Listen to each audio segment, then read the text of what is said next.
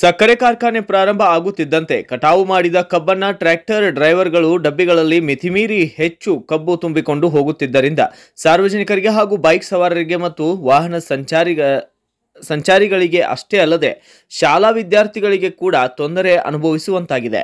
ಇದನ್ನ ಅರಿತ ಗೋಕಾಕ್ ಹಿರಿಯ ಪೊಲೀಸ್ ಅಧಿಕಾರಿಗಳ ಮಾರ್ಗದರ್ಶನದಂತೆ ಸಿಪಿಐ ಸುರೇಶ್ ಪವಾರ್ ಮತ್ತು ಗ್ರಾಮೀಣ ಪಿಎಸ್ಐ ಕಿರಣ್ ಮೋಹಿತೆ ಇವರು ಸಂಚಾರ ಸುಗಮಕ್ಕಾಗಿ ರಸ್ತೆಗಿಳಿದು ಟ್ರ್ಯಾಕ್ಟರ್ ಡ್ರೈವರ್ಗಳಿಗೆ ಬಿಸಿ ಮುಟ್ಟಿಸಿ ಎಲ್ಲ ಟ್ರ್ಯಾಕ್ಟರ್ ಡ್ರೈವರ್ಗಳಿಗೆ ನಿಯಮ ಪಾಲಿಸುವಂತೆ ಖಡಕ್ ಸೂಚನೆಯನ್ನ ನೀಡಿದ್ದಾರೆ.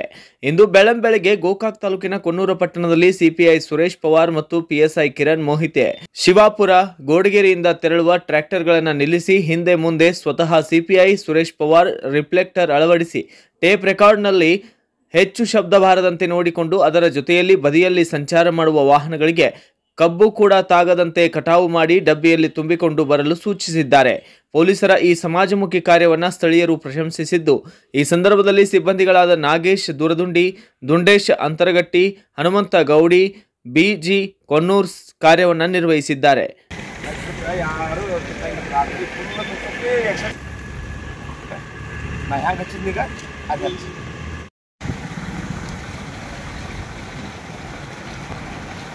పిల్లలు జడుకుంటున్నాయి